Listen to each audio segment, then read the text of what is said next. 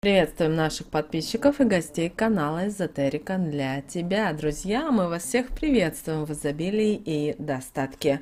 Сегодня в этом видео мы хотим поговорить о том, как вы можете распознать по тем словам, по тем фразам, которые говорит завистливый человек, что он завистливый и что вам нужно держаться от него подальше, потому что зависть — это то свойство, то чувство, которое может разрушить не только того человека, который вам завидует, но и ваше изобилие, ваше благополучие. Поэтому обязательно просмотрите это видео от начала до конца, вы будете знать очень много полезной, важной, нужной и интересной информации. Всем приятного просмотра. Хотим мы этого с вами или нет, но на каждом этапе в нашей жизни возле нас, как правило, всегда появляются завистливые люди. Это может быть не обязательно 2-3 человека, это даже может быть один человек.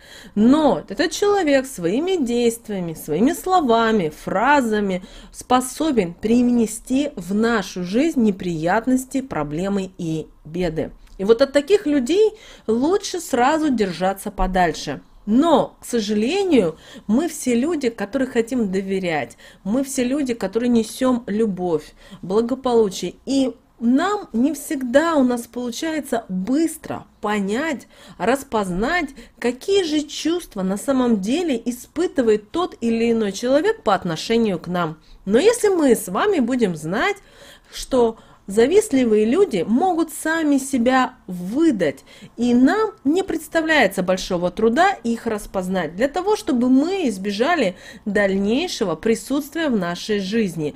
И потому что, когда люди такие присутствуют, они не только нам завидуют, но они и несут негатив уже и в нашу жизнь. Поэтому в этом видео мы уделим внимание фразам, которые употребляют завистливые люди. И далее вы будете очень удивлены. Вы знаете, завистливые люди часто употребляют следующую фразу: «Мне ничего ни от кого не нужно».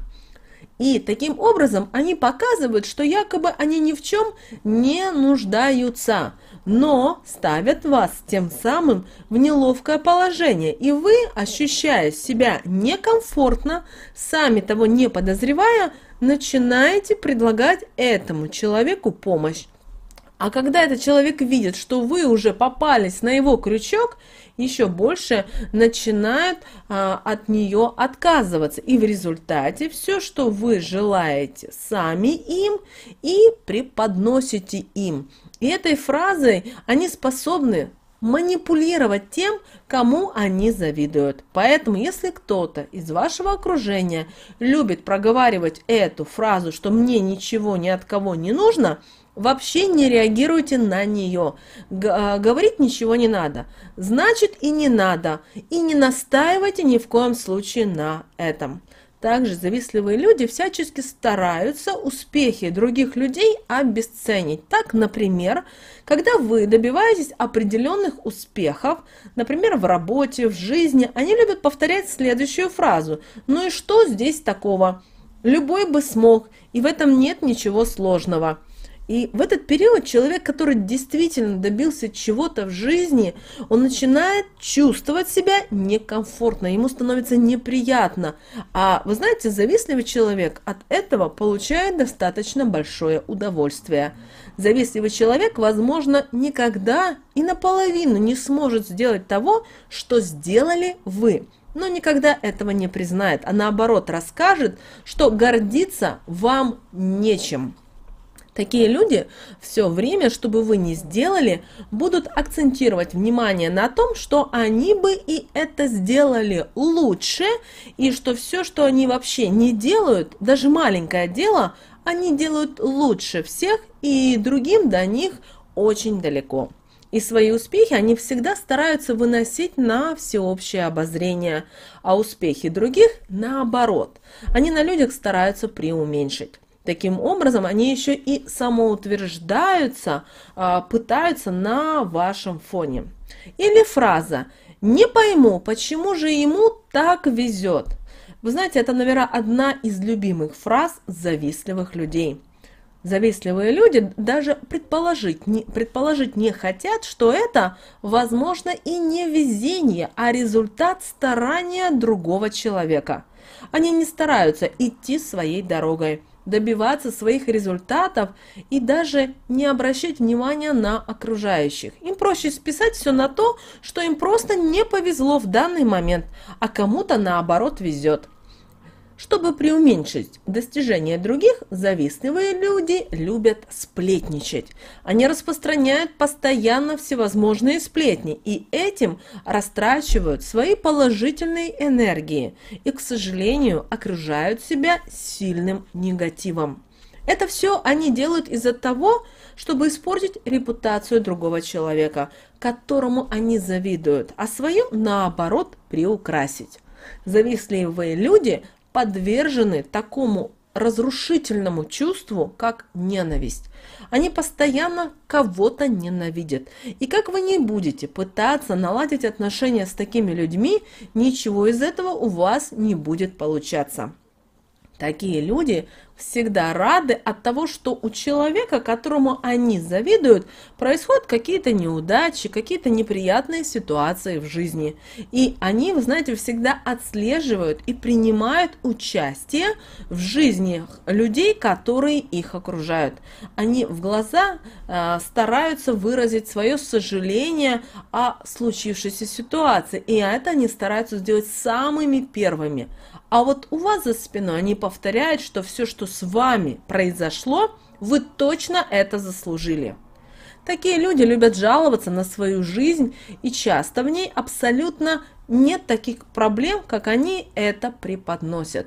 Это все жалобы основаны на зависти, так как они хотят иметь все то, что есть у других людей, и совсем не обращают внимания на свои собственные достижения. А почему они не обращают на свои собственные достижения? Да потому что у них их просто нет.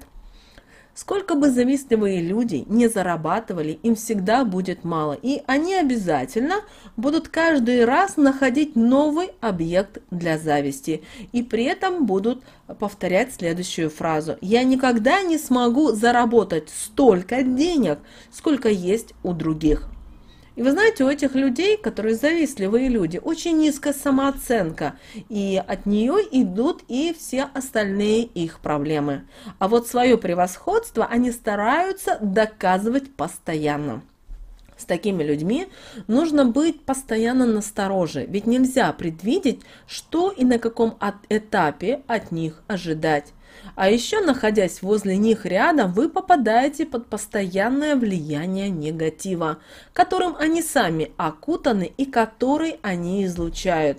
Он даже способен разрушить ваше биополе и изменить жизнь, к сожалению, не всегда в лучшую сторону.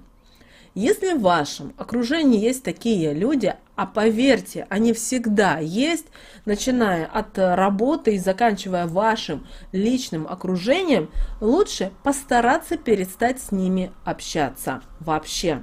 Но если у вас такой возможности нет, то ни в коем случае не стоит обращать внимание на то, что они говорят.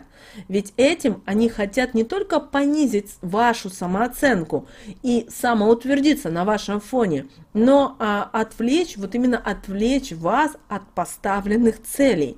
Поэтому делайте все то, что вы считаете нужным, и ни на что, пожалуйста, не реагируйте. Увидев это, они сами перестанут с вами общаться, так как не смогут добиваться нужного им результата. Помните, завистливые люди, они такие по своей натуре. Вот они уже родились, они даже в какой-то степени, знаете, являются разрушителями всего, что есть вокруг и рядом с ними. То есть, если у кого-то все хорошо, они будут пытаться сделать все так, спланировать, продумать, сказать, чтобы у вас постоянно происходили проблемы, неурядицы были.